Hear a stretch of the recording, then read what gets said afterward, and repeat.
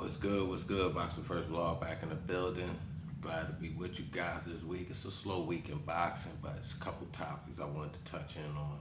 Obviously, everybody done heard by now, Stevenson versus Martin. Very, very exciting fight. Best test of Stevenson's career, if you ask me. Martin, in tough in his last fight, came out with the victory. It's a step up for him for sure, no doubt about that. Let's go into advantages and who may have the edge in certain areas in this fight. First of all, let's go with speed. We got to give the edge to the younger, well, I wouldn't say younger, but to the faster fighter, definitely in Stevenson. We talk about size. Stevenson, maybe his second fight at 135, if I'm correct. Got to go with Martin on that. It's been at 135 at least half of his fighting career. So let's go advantage Martin on that side. Power. Power is hard to judge that because of the way each fighter punches. One punches more from the shoulder. One punches more from, I guess you would say, the hip area where he turns and twists into his punches and throws his hooks, and that's Martin. So it's kind of hard to judge to say who really hits harder just because of the way they punch. Now, that's where it takes me to who will have the advantage in the fight. Depends on who pushes that advantage. Martin's a scrappy inside guy, loves the contact. So if he can get inside and really do work, he may be able to edge himself in the fight if he can keep it close. Now, if you're talking Stevenson, if he can keep the distance, obviously, he doesn't really move vigorously around the ring like that, really boxing from the outside, but when he does use his range. So if he can continue to find his range and keep that range at his distance, he would definitely have an advantage in this fight. But one thing I don't like that Stevenson does that gives, well, they both kind of do it. They both actually shell up a lot and they let their opponents kind of open up on them. And it's just trying to find those proper punches to get home when your guy does that. That's going to be key in this fight. Who can do that the least to me? Who will shell up the least? You got to punch in between those combos, especially if every shot is not hard and not the killer shot. You got to be able to fire something back in between, maybe stop them combinations in the midst of them being thrown against you. So it's going. This is definitely a tricky fight. One thing I could say about this fight is the venue. Lately, Shakur's been marketed on that East Coast, obviously, and that he's a Jersey boy, so they've been trying to get him a lot of that hometown love and things like that, and that's cool. But this a world title situation, interim possibly, I believe, or maybe Haney's been stripped. That being said, it's a world title fight, nonetheless. So it's got to be somewhere in Vegas. You got to see if this dude really, you know what I mean, is that guy, if he's on that Ryan Garcia, Tank Davis sort of echelon and really can put the fannies in the seat outside of his home area. So definitely like a Vegas type of fight.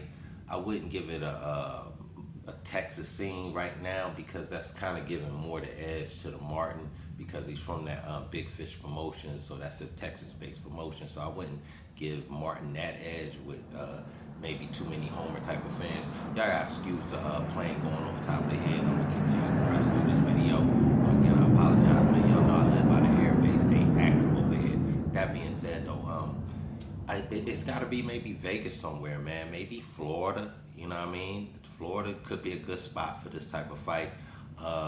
Cali, another good spot. LA somewhere, maybe Anaheim, something like that. You know what I mean? So just give it a different look than dead center East Coast, Brooklyn or Atlantic City, something like that. We gotta, you know what I mean? You gotta see if this boy really got eyes across the country and really got that support, and if he's truly a pay-per-view type of star. And we'll find out in this fight. Couple other topics I wanted to chime in on. The boy Canelo spoke on Crawford as a possible opponent, and if you on the gram like I'm on the gram, you've seen the posts and things like that where he says Crawford ain't really got the resume. He hasn't had the names. Okay. What's name's had a couple names, but he's lost against those guys. So and that being Floyd, you know what I mean, that being Bivol. So I mean, you saying that and as if you just got an onslaught of victories against these upper echelon type of fighters yourself. So that's like you pointing the finger, but you got a few fingers pointing back at you, my guy. So I'm just saying, like when you people like these fighters say a lot of things, and I don't think they really analyze their words because your resume is not stacked with the greatest names in the victory column. You got some decent names under the loss column. So, you know what I mean? Big shout out to them dudes that gave you them L's too. And well deserved L's, you know what I mean? You was out of pocket fighting these dudes. You're not ready, you know what I mean? But a lot of the dudes you beat up was past their primes. You know what I mean? You obviously had the puncher in Kirkland. You got rid of him in just spectacular fashion, but this dude was past his prime. What's the other boy? Can't think of the other boy, but a middleweight dude, you got rid of him. He was past his prime. You know what I mean? Y'all know what I'm talking about. He was half decent cat too. You know what I mean? He kind of fights similar to Andre. His name just slips my tongue right now, but I'm sure y'all can hit me up in the chat and let me know what that dude's name is. I forget his name, but he lost against Canelo. It wasn't that close of a fight, but Canelo didn't look that great also.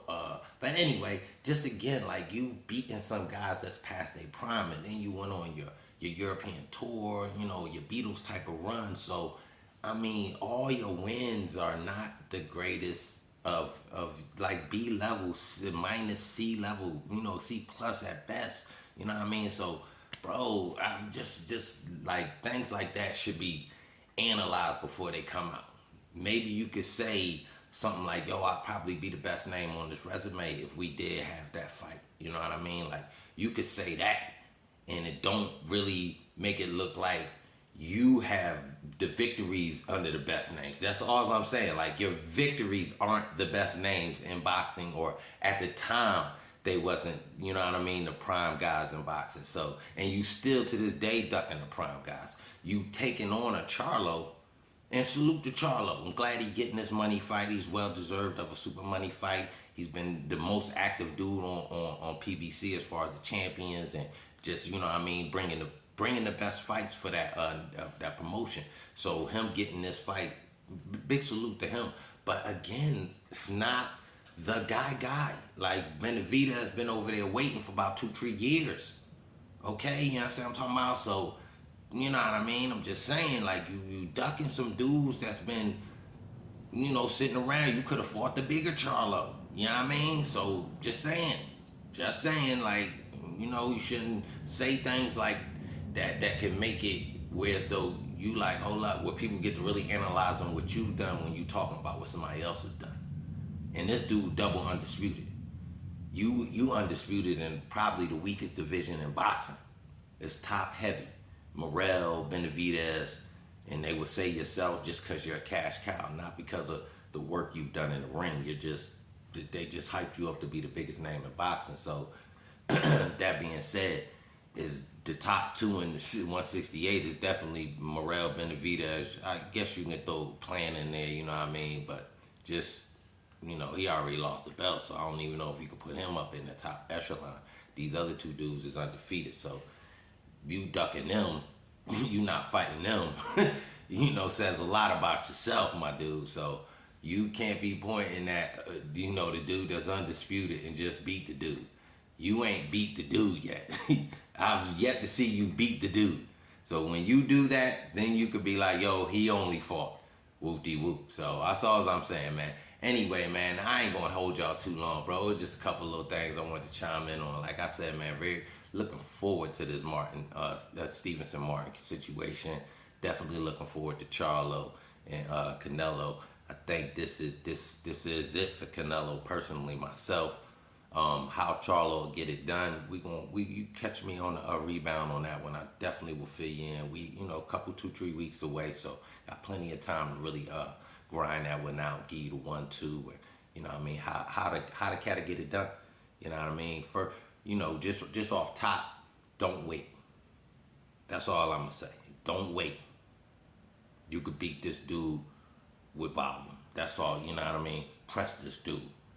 Make this dude, see what this dude defense is like. You know what I mean? So that's all I'm gonna say, man. So that being said, man, boxing first law, in and out like a fart in the wind, you feel me?